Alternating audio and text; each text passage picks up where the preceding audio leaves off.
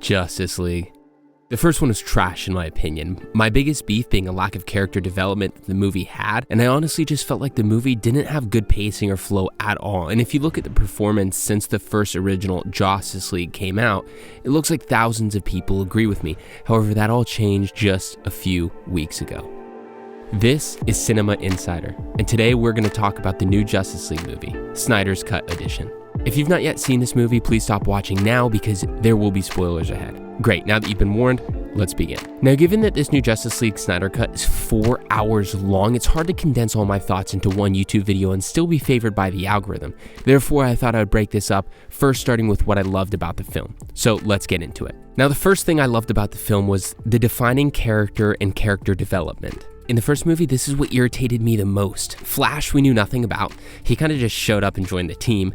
Same goes for Aquaman and others, as well as my biggest frustration, which was Cyborg. With the first Justice League, it was the same thing as with the Flash. He just kind of showed up. Yet with this one, it was a Cyborg movie, and I loved it. I felt like we needed it. Now, on that note of positives, let's talk about Cyborg's character development. After watching this movie, it's clear why Ray Fisher and Warner Brothers have had such a feud ever since the release of the theatrical cut of this movie was released in 2017, and inversely why Fisher has constantly gone to bat for Zack Snyder over the years, and why Fisher has defended the previously mythical Snyder cut of Justice League. It's because the difference in both Fisher's performance and Cyborg's importance to the overall plot are night and day. In this movie, Cyborg is the most tragic and compelling character. We have ourselves a young genius college quarterback with daddy issues whose former life is literally dead and buried after a tragic accident kills his mother and would have killed him too if not for his mad scientist dad utilizing alien technology to save his life by turning him into a modern day Frankenstein's monster. We find him paralyzed by grief over his mom, resentful towards his dad, and living life without any real connection or meaning. Zack Snyder, whose approach to his subjects in the DC universe has never really been considered character-oriented, actually does a great job of making sure that all of Cyborg's scenes are informed by these internal character struggles culminating in him while he's having to resist the Mother Box's final temptation of giving him back his old body and family. This was so brilliant. In the first one, we hardly got anything on Cyborg, so I loved this. This part was definitely a positive. Another positive for me was actually Batman's character. While I would hesitate to say that Batman undergoes an arc in this movie, I do appreciate that we learned and observed about the character and the changes he's undergone in the aftermath of Batman v Superman's finale. After realizing that his obtuseness in analyzing Superman as this alien nuclear threat without taking into consideration the man underneath the steel, Batman has undergone a radical change in perspective that Snyder is able to temper and naturally showcase. Here we see Batman who is much more open to the idea of looking for the good or potential good in others. To do with Lex Luthor. It has to do with him. I made a promise to him on his grave. I spent a lot of time trying to divide us. I need to bring us together. Even if the other in this case is a fish person with a drinking problem, the other major change in the character's outlook is Bruce's effort to work with others. Snyder balances those changes out by digging into Bruce's regret over his previous handling of the Superman situation and playing off of the paranoia that Batman previously displayed. Now, instead of that paranoia being played as a weakness to be exploited by the shaved penis formerly known as Lex Zuckerberg, it's played as the strength that is usually portrayed as in the Batman and Justice League mythos. In part, the reason why Batman can be the only mortal on a team of gods and monsters is because he's created a contingency for every possibility that he can imagine. In this movie, he's essentially in the middle of putting together his greatest contingency, the Justice League. When the threat that he was preparing for comes forth before preparations are finished, this has the added benefit of giving the world a nice balance in the story between the nihilism of Batman and the more optimistic heroes in this universe like Wonder Woman and the Flash. Now let's move on to something I like to call the world is more than cardboard. What do I mean by that? Well, to go along with my character development points, let's do a quick compare and contrast. A problem with most superhero movies is that the characters don't appear to have any life outside of the plot of the movie. For example, in Captain Marvel, we are never given any detail about Carol's life within the Kree society that she lived in for the bulk of her life. We know that she trains and not much else. It feels like if the camera ever swivels away from the scene in which the plot was taking place, then we'd see the soundstage, the cinematographers, and the director. And the reason for that is that the world of the movie isn't fleshed out. It's only the bare skeleton required to support the plot of the movie, and that hollowness can honestly mess with your suspension of disbelief.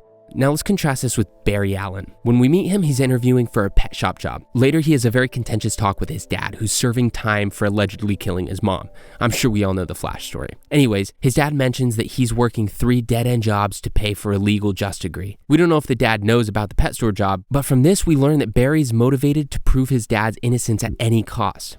This is further reinforced to a small scene leading up to his introduction to Batman in the plot. He's walking in a seamlessly abandoned part of the city, but as he continues deeper into the scrap, we realize that this isn't just a junkyard, it's his home. In the original 2017 version of Justice League, that walk to the introduction with Batman was cut so that we go straight to the part that's important to the plot, but we lose the additional visual information that informs us of his living situation and the extreme ends that he's willing to go to in order to save for a criminology degree to help him set his dad free from jail. Okay. Now let's talk about the antagonist, because on the other side of the movie's conflict is Steppenwolf. Going into the movie, I had assumed that he was going to be Wally replaced by Darkseid. Instead, though, what we get is a remodeled, awesome-looking Steppenwolf who's given greater motivation. See, in the original, his motivation was some sort of weird obsession with the mother boxes. In this Snyder cut, though, we learn that he's been given an impossible task of conquering 50,000 planets as a penance for a past mistake or slight. Still, oh, the Great One, 50,000 more worlds. He will hear your plea when you pay your debt. The mother boxes will be found and united. For Darkseid. For Darkseid. He's effectively been banished. In the middle of the Sisyphus-like punishment, he unexpectedly stumbles across Earth and discovers the anti-life equation, a prize that could bring him back into Darkseid's good graces. Now, unlike the first Justice League, Steppenwolf's motivation gives us a clear understanding of why Steppenwolf is so aggressive and desperate in his hunt for the mother boxes. This is his last hope for redemption. It also adds thematic texture to the film, since Steppenwolf's quest for his father figure's approval pairs nicely with Vic and his father's relationship. Now, let's move on to my next point, which is editing, cinematography, and costume design. I loved most of the changes that Snyder made. Let's start with the costume design, specifically Superman and Steppenwolf. So I love that Snyder went with a black Superman costume. Outside of the shout out to the Return of the Superman comics, I thought it flowed so well with this film. Comment below if you agree with me on that. Also, I thought the reskin of Steppenwolf, if you will, was absolutely amazing. It was so cool. He looked so much more sinister to me. The way that armor shifts around him almost like he's wrapped in a living blade, it's so much more interesting than the bland armor from the Justice League version. It looked like something right out of Scott Snyder's recent Metal series in the DC Comics. And as far as the filming and editing style goes, it was a lot more dark and gritty than the theatrical cut that came out in 2017. And you can especially tell not only by the fact that it, well, has graphic violence, but more so because of the subtle things like the color grades used in Snyder's cut is a lot darker and brutier, giving the whole film a different feel and vibe. And he also achieved this with the new take on the soundtrack, which I loved. I love this soundtrack way better. It literally turned certain parts of the movie around completely for me. Just look at this one specific scene of Aquaman from the 2017 Justice League version and the Snyder cut.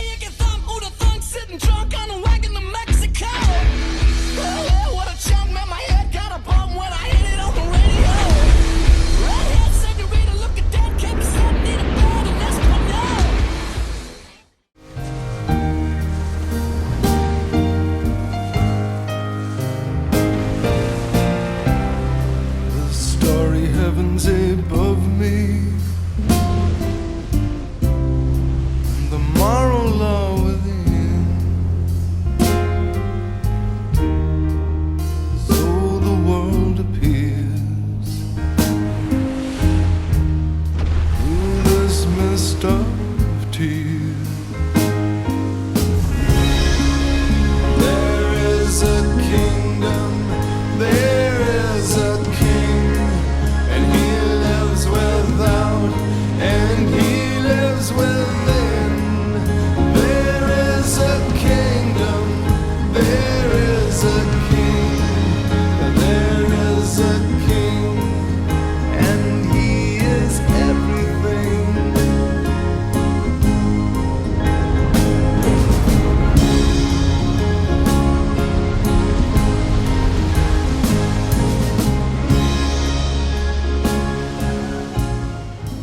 think the tone and pacing of Snyder's cut flowed way better, especially if you factor in the scenes that happened before we watched this and the scenes that followed. It was just way too much. Okay, now let's take a second and talk about a few bads. Now, I thought I'd have to start with the aspect ratio. I was not a fan of the aspect ratio Snyder chose, and I heard a lot of different things, like he used that aspect ratio because he wanted it to be optimized for IMAX, and I also heard that it was simply just a creative choice. And I know that a select few did like it. But regardless, I just wasn't a fan. For those of you that don't know, he used what is called a 4.3 aspect ratio, which is an aspect ratio that leaves big black bars on the sides. And I didn't like this because I feel like with most superhero movies, you want to use as much real estate on the screen as you possibly can, since there's so much action you're taking in. And I feel like the 4.3 aspect ratio took away from that just a bit. Also, stylistically, I've never been a huge fan of Zack Snyder's use of slow motion effect. This is your time to go crazy and light me up in the comments, it's okay. But I'm not a fan of his slow motion.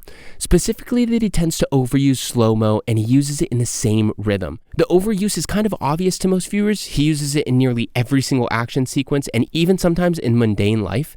How about that second critique I said? What do I mean about rhythm? Well, let's take a literal example on cinema and rhythm. Let's look at musicals. Specifically, Moses Supposes from the classic Singing in the Rain. The entire sequence is built around the simple tongue twister. Moses supposes his toes are roses, but Moses supposes erroneously. We first hear this line spoken in a slow, methodical rhythm, but the rhythm changes constantly. So in the same dance number where you're getting this, but Moses, he noses, his toes aren't roses, as Moses supposes his toes to be. Moses supposes his toes are roses, but Moses supposes erroneously. you can also get this. Moses supposes his toes are roses. Moses supposes erroneously. Moses his toes are roses, as Moses supposes his toes to be. The effect is that even though you're essentially watching people say the same line over and over again, you're never bored because it's always giving you something new by changing up the pace of the number and varying the rhythm of the line. Similarly, action directors are always looking for new ways to change up the pace, and slow motion is another tool in the toolkit for directors to mix up the pace of their action sequences. Snyder tends to use slow motion in the same way regardless of the content. He uses it to emphasize heights of human power, and they tend to last a long time. Honestly, a lot of them seem like they could be really fun. If you cut to the beat of the songs, he tends to mix into the slow motion sequences. Like take the sequence where Flash saves Iris, for example. Even though Zack has a song playing over it, he's not really having the editors editing to the rhythm of the song, which I understand. There's many reasons why this could be the case, but you could really play any somber song over this scene and it'll have the same effect. You could play Hurt by Johnny Cash, you could play Sound of Silence, or even Hallelujah if you want to go super Snyder, and it doesn't really change anything about the scene because he's not cutting anything to the beat of the song.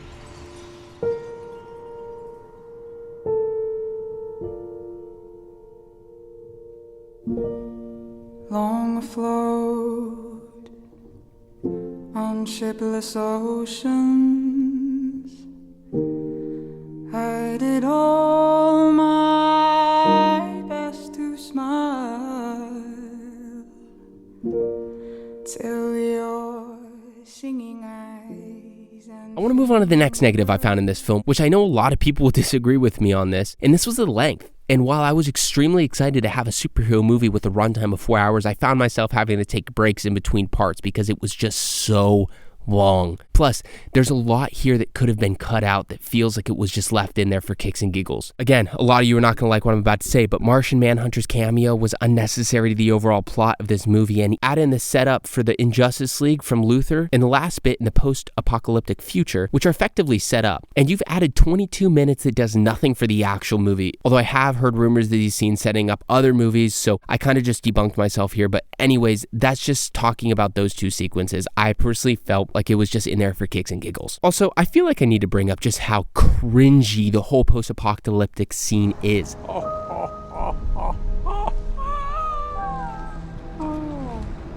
Au contraire, my little fish stick.